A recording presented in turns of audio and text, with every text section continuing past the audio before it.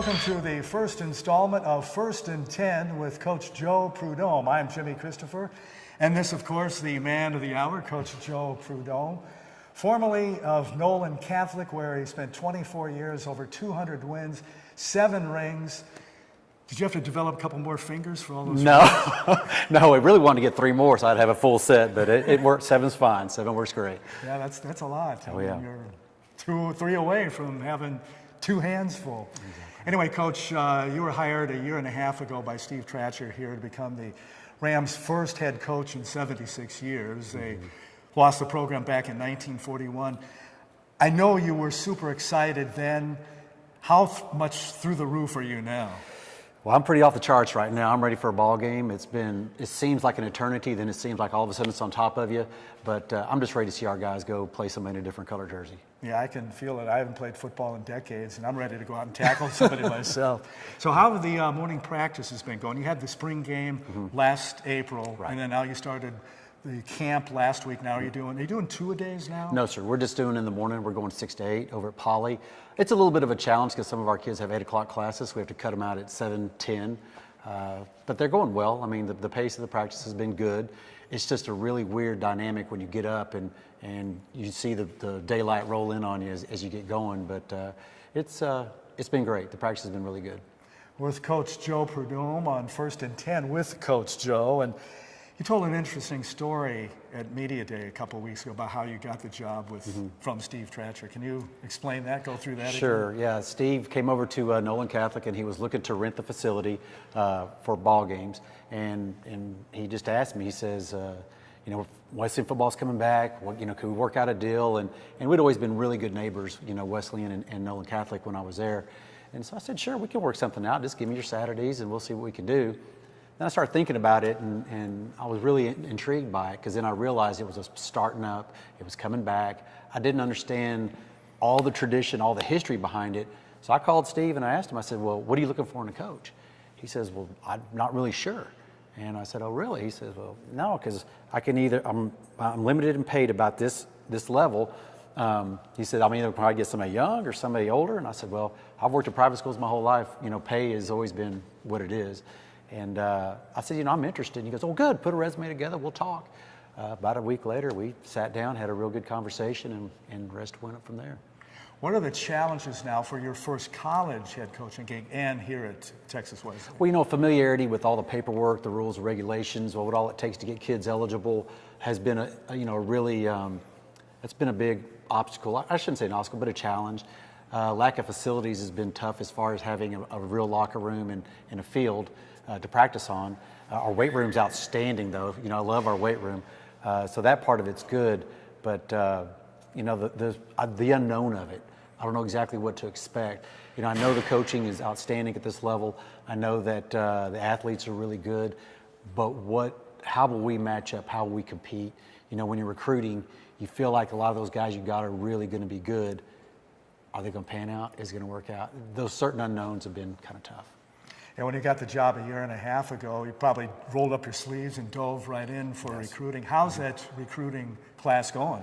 I think the class that we signed, we're real happy with. We're very excited about it. We got a lot of guys are going to start out of that group for us. Our red shirt class, we actually got a lot of really good guys there as well that are going to play.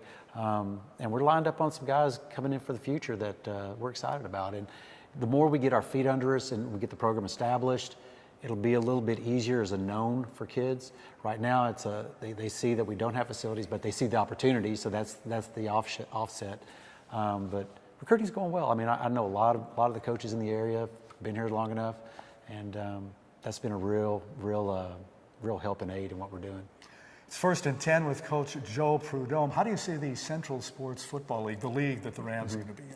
It's going to be tough. It's going to be, very competitive every week. We just, our goal is to hang in there and be competitive to the fourth quarter and see if we can, steal some games. Langston's outstanding. Arizona Christian's great.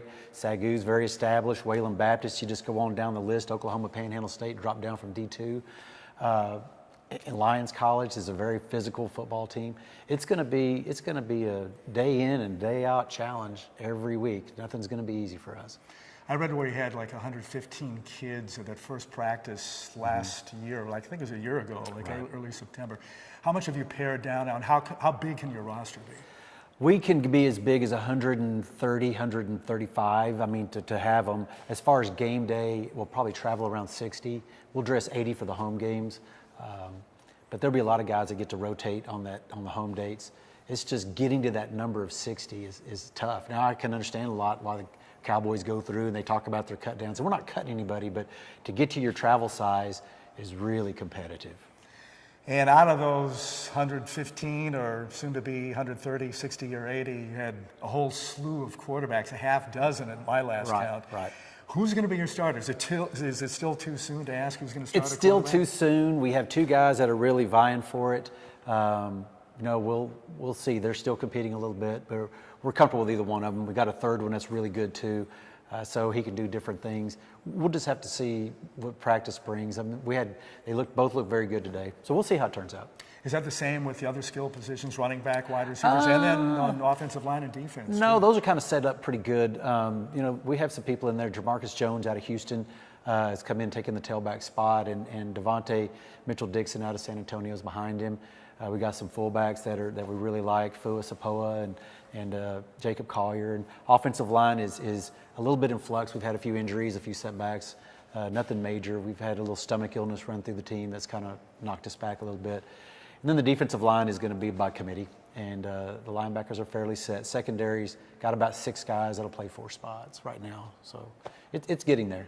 It's getting there. It's 1st and 10 with Coach Joe Prud'homme. You mentioned Houston. I noticed you had a number of players from Houston and the Houston area. Yes.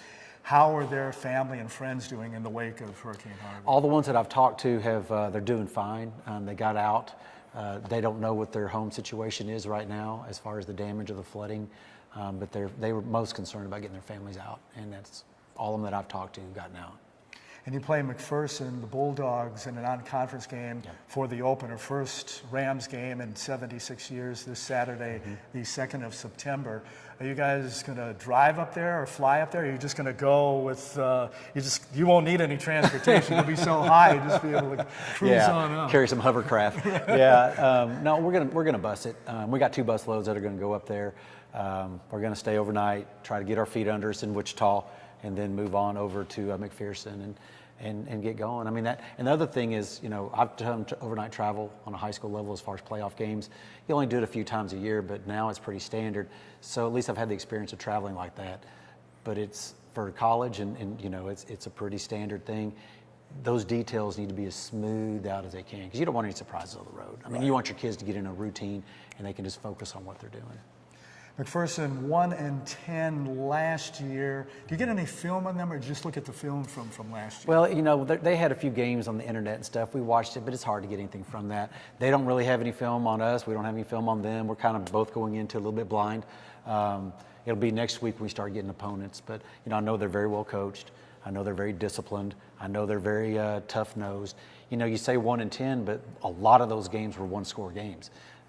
So they're going to come in with a chip on their shoulder, and I'm sure first-time program, they're not going to, they're ready to go after us, and I don't blame them. Do you have to calm down your kids now in the light of this first game in 76 years? Not really. They've got good energy, good enthusiasm, good momentum. On game day, I'll probably have to a little bit, just to get them, settled down to play, because you can't play if you lose your head, if you're so excited or overly emotional. And that's one thing that I felt like one of my strengths was I was a patient coach. And, sometimes it just doesn't quite work out. As long as you keep fighting and battling, you don't ever quit, you win at the end when they flinch. And that's kind of what I want to see our guys do. Coach, good luck this Saturday. The game, by the way, will be streamed on ramsports.net. I'll be doing play-by-play along with Mark Ward and Cameron Irvine, our production crew and color man, and me doing play-by-play with the first game. We'll be doing all the home games on Ram Sportsnet with the first game September 9th against Millsaps College. And I understand there'll be, I guess for each home game, there'll be this big tailgate party, prior to the game. Yeah, they got a really big tailgate set up. It's going to be the Ram Zone. We partnered with 92.1 The Ranch, and they've got a big deal going. I mean, it's growing. Every day I talk to them, we got 5 or 6 more vendors, and it's growing, and it'll be a really nice place. The lady that's running it used to run Radio Disney, so she has a lot of experience in this area, and Susie Mays that's been working with it. She also did TCU's. She does TCU's Frog Alley. So we're going to be in some high cotton there. I think they're going to be doing a great job. And it'll be a lot of fun for the fans, families. Very, very fan friendly. So. And like I said, I'm going to try to maybe come out of practice this week or at least next week before the home game. So kind of keep an eye on me because I might try to run out and try to tackle somebody. I don't think it'd be a good idea with me, a skinny old white guy without pads. I get out of their way in a hurry myself. Right. There's been a few times it's been touch and go. Coach, good luck with your practice. For the rest of the week, have a good trip up to Kansas and good luck against the Bulldogs this Thank Saturday. you. I really appreciate it. Coach Joe Prud'homme, our first installment of First and 10 with Coach Joe Prud'homme, and we'll talk to you again next week. So long.